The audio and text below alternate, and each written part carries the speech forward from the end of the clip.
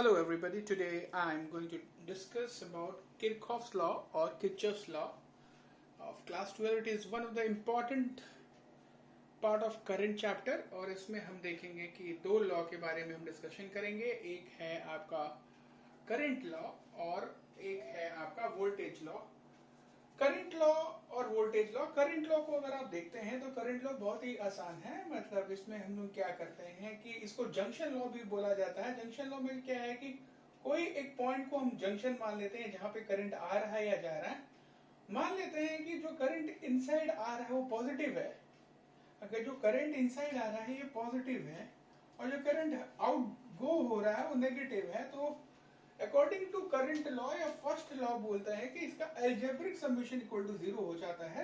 तो it means I1, देखिए I1 inside है, I2 भी इनसाइड है और I3 भी इनसाइड है. तो I1 plus I3 plus I2, ये तीनों पॉजिटिव ले लिया और एक बाहर जा रहा है तो इसको नेगेटिव ले लिया. It means both will be balanced. So this constitute the first law, जिसको हम करंट लॉ भी बोलते हैं या जंक्शन लॉ भी बोलते हैं, जंक्शन लॉ. ठीक है. अब बात की जाए second law which is one of the most important law, और इसके ऊपर काफी सारे सम्स आते हैं. इसका बेसिक समझना बहुत इंपॉर्टेंट है. उसको कंफ्यूज मत कीजिएगा, पूरे वीडियो को अच्छे से देखिए ताकि आपको ये अच्छे से समझ में आए कि कैसे क्या करना है. ठीक है. तो ये बोलता है algebraic sum of changes in potential around any closed loop involving resistance in cell in the full loop is 0. मतलब summation of V मेरे को 0 रहता है इसमें. तो देखिए बेसिकली इस सर्किट को समझाने के पहले एक सर्किट मैंने ड्रॉ किया है, उसको समझाने की कोशिश की गई है. तो उसको करने के पहले मैं कुछ रूल्स बता दूं आपको जो कि बहुत ही हेल्पफुल रहेगा जब आप काम करेंगे तब. अगर मान लीजिए कि कोई बैटरी है, एक सेल है, पॉजिटिव और नेगेटिव, ठीक है, जिसमें आपका V ट्रैवल हो रहा है. ठीक है. अगर मान लीजिए कि मैं सर्किट को इसी तरह से शुरू कर रहा हूं और एंड मेरा नेगेटिव में रहा, तो उस समय हम नेगेटिव लेंगे. कहने का मतलब फ्लो ऑफ डायरेक्शन सेम है, पॉजिटिव टू नेगेटिव में है तो हम लोग नेगेटिव ही पकड़ेंगे. अगर हम लोग जो करंट डायरेक्शन है उसको अपोजिट ले लेते हैं तो उस समय जैसे फ्लो कुछ उल्टा हो रहा है तो उस समय प्लस भी हो जाएगा. सिमिलरली अगर रेजिस्टेंस की बात की जाए तो अगर फ्लो सेम डायरेक्शन में है जहां से करंट फ्लो कर रहा है और वो रेजिस्टर से पार कर रहा है तब वो -IR ले लेंगे. और करंट फ्लो और जो आपने डायरेक्शन लिया वो अपोजिट है तो वो +IR होगा. देखिए इस सारे तथ्यों को मैंने इस एग्जांपल के थ्रू अच्छे से समझाने की कोशिश की है. First I will see this whole circuit, how this branching and everything has been done. So we know that the current flows from the positive terminal to the negative terminal. So I have taken this as the basis. इसको मैंने basis बनाया और मैंने सब joint को मैंने नाम दे दिया. इसको A दे दिया, इसको B दे दिया, C, D, E, F. आप कुछ भी नाम दे सकते हैं और कैसे भी कर सकते हैं, ये आपके ऊपर डिपेंड है. तो देखिए मैंने यहां से करंट को फ्लो करवाना स्टार्ट किया, इसीलिए इसको मैंने I1 दे दिया. ठीक है.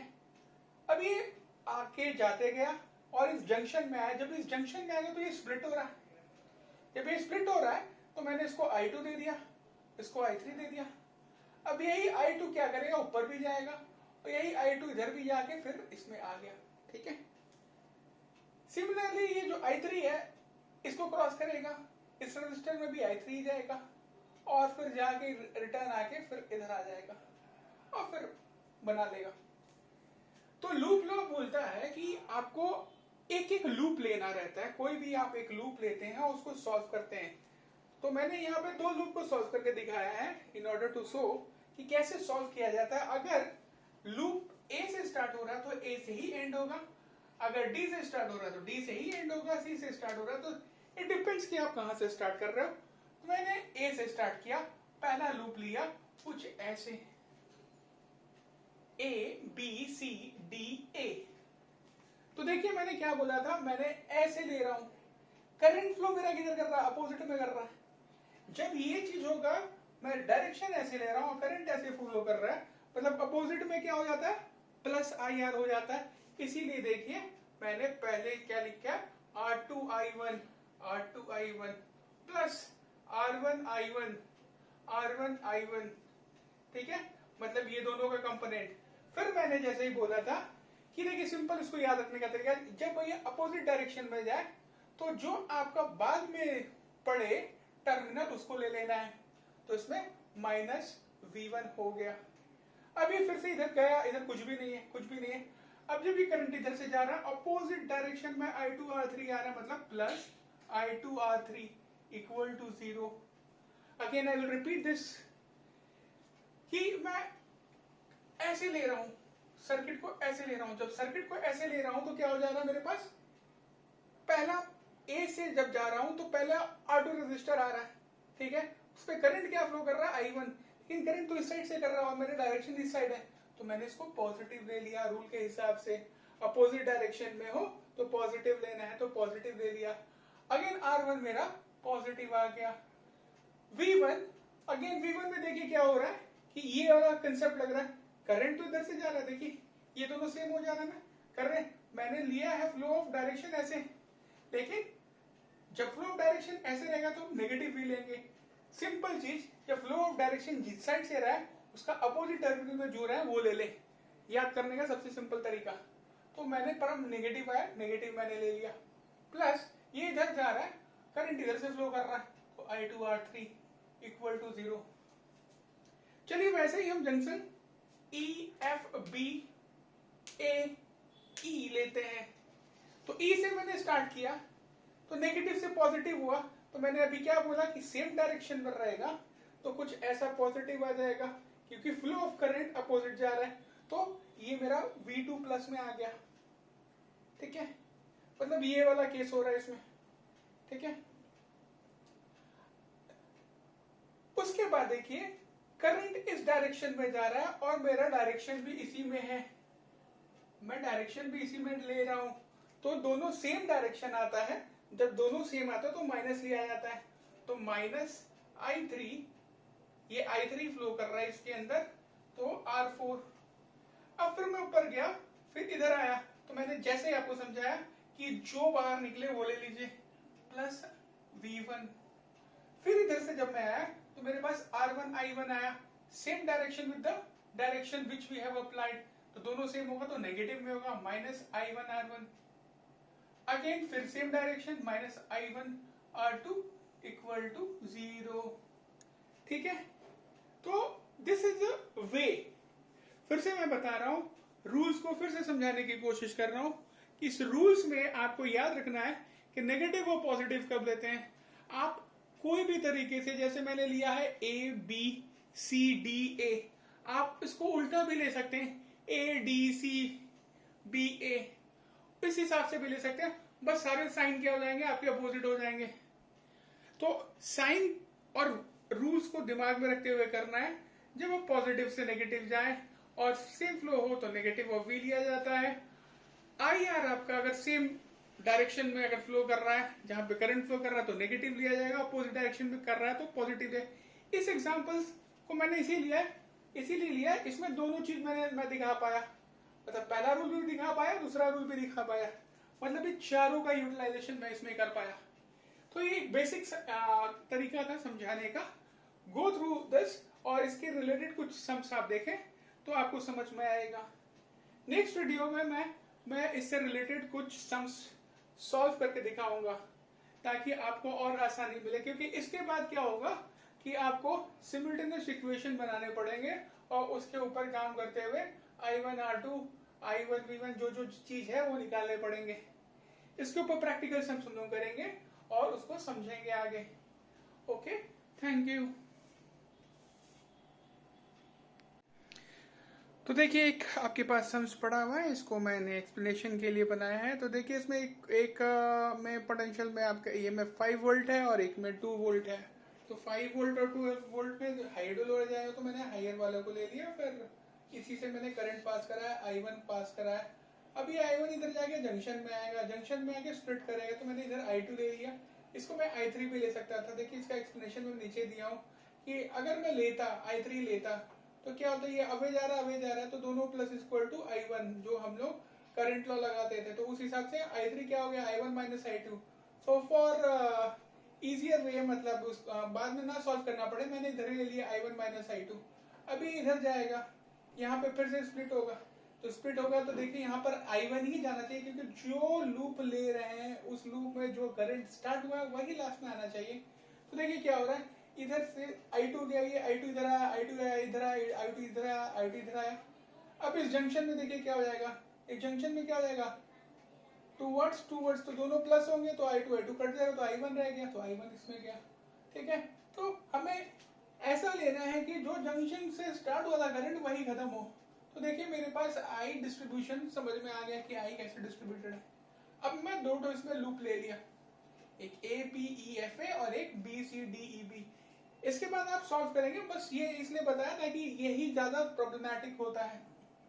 अगर मैं इधर से लूं तो पॉजिटिव से जा रहा है, तो मैंने इसको पॉजिटिव ले लिया। ठीक है, ये पॉजिटिव से जा रहा है। ठीक है, तो देखिए मैंने इसी डायरेक्शन में करंट फ्लो करा दिया, इसी डायरेक्शन में मैंने करंट ले लिया। तो ये पहली बार यहाँ से आया, यहाँ आया, यहाँ पर आया, तो मैंने क्या पता था, सेम डायरेक्शन होगा। जहां पर हम लोग डायरेक्शन लिए हैं तो क्या हो जाएगा, नेगेटिव आ जाएगा, तो negative of I1 minus I2 into R। फिर इधर आया, फिर अंदर गया, same direction of the things taken, तो ये क्या आ जाएगा, I1 इंटू 2, वो भी नेगेटिव में, और लास्ट में एंड क्या आ जाएगा, पॉजिटिव में, तो +5। ठीक है, अब हम इस लूप की बात करते हैं BCDEB। BCDEB में सबसे पहले पॉजिटिव 2, क्योंकि 2 को क्रॉस कर रहा है ये। ठीक है, टर्मिनल बड़ा और वो हो गया। फिर देखिए 1 एम्पियर इसमें क्या जा रहा है, I2 ही जा रहा है, लेकिन सेम डायरेक्शन, अगेन हम लोग इसमें भी यही डायरेक्शन अप्लाई कर रहे हैं, तो सेम डायरेक्शन होने के कारण क्या हो गया, माइनस ऑफ I2 प्लस। अब यहाँ पर गया, अब ये डायरेक्शन देखिए इधर था। ठीक है, लेकिन इस 10 एम्पियर में देखिए डायरेक्शन अपोजिट जा रहा है, इसीलिए प्लस हो गया। ठीक है, समझने की कोशिश कीजिएगा, ये इधर तो इधर पॉजिटिव था, लेकिन ये इस टर्मिनल की जब बात की जाए, हम इधर से ले रहे हैं और इधर से आ रहा है करंट मेरा। जब इधर से करंट आ रहा और मैंने डायरेक्शन इधर लिया है, तो अपोजिट जाने के कारण हम पॉजिटिव लेते हैं, पॉजिटिव में लिया और उसको डाल दिया। अब मेरे पास ये दो इक्वेशन आ गए I1 और I2 के बीच, तो हम कुछ नहीं कर, इसको ज्यादा कुछ नहीं करना है, पूरे I1 को ले लीजिए, तो यह I1 कितना हो जाएगा, -12I1 plus 10I2 equal to -5। एक इक्वेशन ये हो गया, और इसका इक्वेशन हो जाएगा 10I1 -11I2 equal to -2। Equation 2, इस दो इक्वेशन को सॉल्व करेंगे तो आपको I1 और I2 की वैल्यू निकल जाएगी। अब I1 I2 का वैल्यू जब निकल जाएगा तो आपका I3 का भी वैल्यू निकल जाएगा, और करंट थ्रू 10 एम्पियर निकालना है, तो I3 ही तो है ये, तो current V equal to IR लगा दीजिएगा, V इक्वल टू IR लगा दीजिएगा। R मालूम है, करंट निकालना है, पोटेंशियल डाल के उसके बाद उसको लगा दीजिएगा। Okay, hope you understand this, thank you. Hello everybody, today we are going to learn about Wheatstone bridge. ये एप्लीकेशन है किर्चॉफ्स लॉ का, तो इसमें किर्चॉफ्स लॉ हम लोग लगाएंगे। जैसे हमने किर्चॉफ्स के दो लॉ पढ़े हैं, KCL दैट इज किर्चॉफ और किरचॉफ्स करंट लूप लॉ, और करंट लॉ जिसको हम लोग लूप लॉ भी बोलते हैं, और KVL मतलब करंट किर्चॉफ्स वोल्टेज लॉ जिसको हम लोग लूप में लगाते हैं। तो फिर से मैं रिवाइज करा दूंगा कि KCL क्या होता था। उसमें हम करंट एक नोड पे निकालते थे, एक जंक्शन पे निकालते थे, जो करंट इनसाइड जा रहा है, जो करंट आउटसाइड जा रहा है, उसके ऊपर हम लोग करते थे। तो एल्जेब्रिक सम उसका 0 होता था, तो वही चीज करते हैं, हर एक पॉइंट पे निकालते हैं। और KVL था हमारा, जंक्शन में था, उसमें हम लोग पोटेंशियल डिफरेंस को देखते हैं, उस हिसाब से V इक्वल टू IR होता है, तो उसी के हिसाब से हम लोग उसका काम करते हैं, मतलब रेजिस्टेंस लेके हम लोग काम करते हैं, इक्वल टू 0 करते हैं। चलिए देखते हैं। तो A से B C D मैंने 4 ले लिया। जैसे ही करंट I इसमें फ्लो हो रहा है, इसमें करंट I फ्लो हो रहा है, वो डिवाइड हो गया I1 I2 I3 I4 में और IG में। ठीक है, अब इसमें देखिए KCL को मैंने जंक्शन B में लगाया। जब B में लगाया तो देखिए I1 करंट अंदर जा रहा है, I3 बाहर जा रहा है और IG बाहर जा रहा है। जो बाहर जा रहा है मैंने नेगेटिव ले लिया, जो अंदर जा रहा है उसको मैंने पॉजिटिव ले लिया। तो मेरा KCL इस नोड पे डन हो गया। फिर मैं KCL लगाया D पे, D तो अंदर क्या जा रहा है, I2 अंदर जा रहा है, IG अंदर जा रहा है, I4 बाहर जा रहा है, तो ये दोनों प्लस हो गया और I4 माइनस हो गया इक्वल टू 0। अब मैं KVL लगाया क्लोज पाथ में ABDA, ठीक है, और मैंने करंट का अपोजिट लिया, कुछ ऐसे लिया है, ठीक है, कुछ ऐसे ले लिया। जब ऐसे लिया तो ये अपोजिट में जा रहा तो क्या हो जाएगा, पॉजिटिव हो जाएगा। तो I1 into B plus again opposite हो रहा है IG into G, same side of the current of the flow minus I2R, जो कि कन्वेंशन मैंने लास्ट में बताया था, लास्ट क्लास में आप लोगों को समझाया था, उसी कन्वेंशन के हिसाब से हम कर रहे हैं इक्वल टू 0। अब मैं पूरे पाथ का देता हूं ABCDA और सेम ऐसे ही ले रहा हूं, तो सेम चीज हो जाएगा I1P अपोजिट, ये भी अपोजिट हो रहा है तो I3Q, ये भी अपोजिट नहीं हो रहा है, सेम हो जा रहा है तो माइनस I4S माइनस I2R। ये PQRS 4 रेजिस्टेंस है, ठीक है, PQRS आपके क्या है, 4 रेजिस्टेंस है।